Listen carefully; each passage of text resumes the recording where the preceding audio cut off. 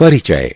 प्राचीन काल से ही हमने सूती, सन, ऊन और सिल्क जैसे प्राकृतिक तत्वों से बने कपड़े पहने हैं, लेकिन विज्ञान के आने और अनेक परीक्षणों के साथ आज हम विभिन्न प्रकार के संश्लेषित रेशों के कपड़े देख सकते हैं।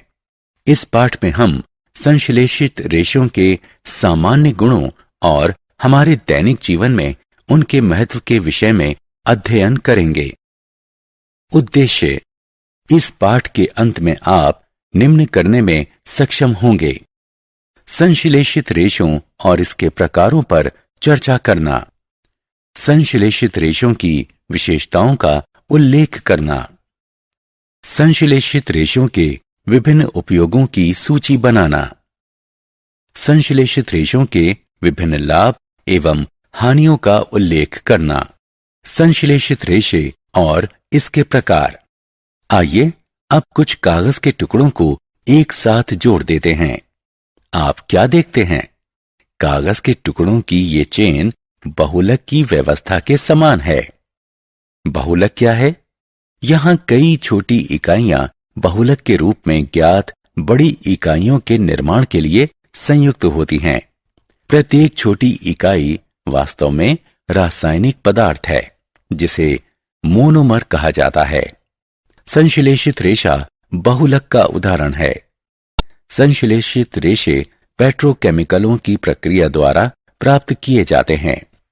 क्या आप उन विभिन्न प्रकार के संश्लेषित रेशों को याद कर सकते हैं जिन्हें आप अपने दैनिक जीवन में देखते हैं?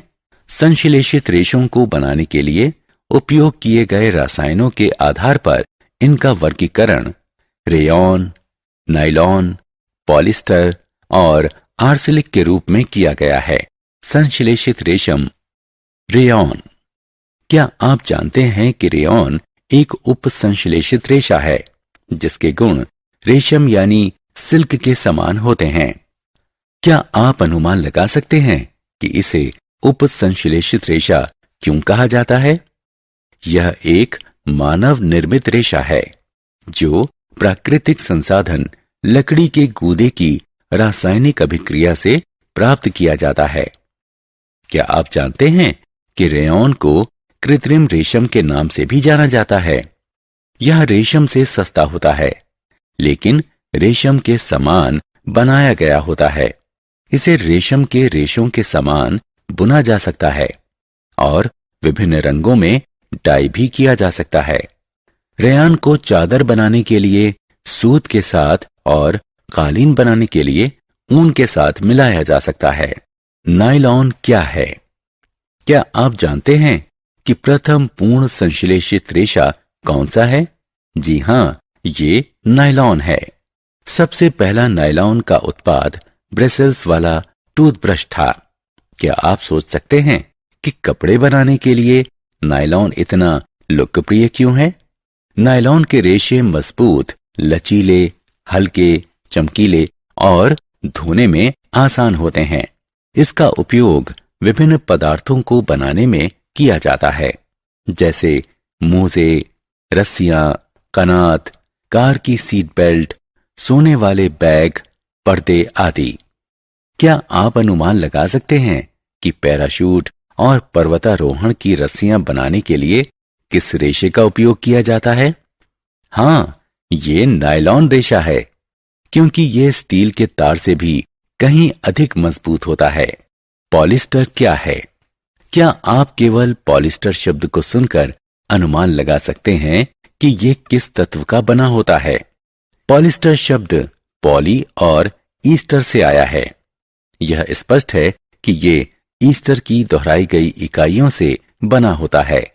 आपने निश्चित रूप से ऐसे लोगों को देखा होगा जिन्होंने सुंदर पॉलिस्टर शर्ट या अन्य वस्त्र पहना हो।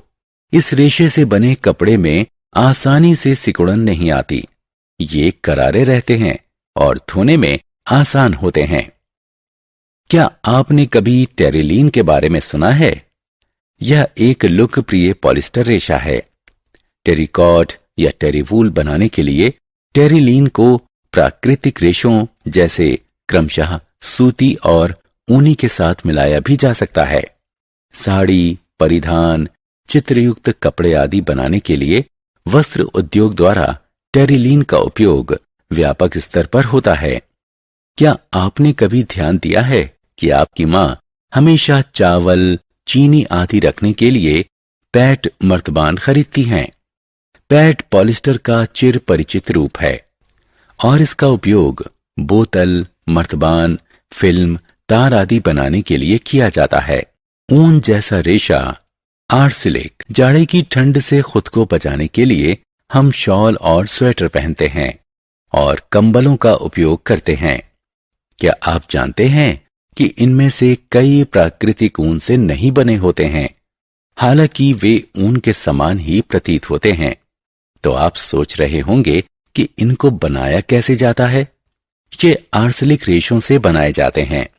ये संश्लेषित रेशे होते हैं और पॉलीक्रिलोनिट्राइल से बनाए जाते हैं। आर्सेनिक हल्के वजन का, कोमल और गर्म होता है, जो ऊन जैसा अनुभव देता है।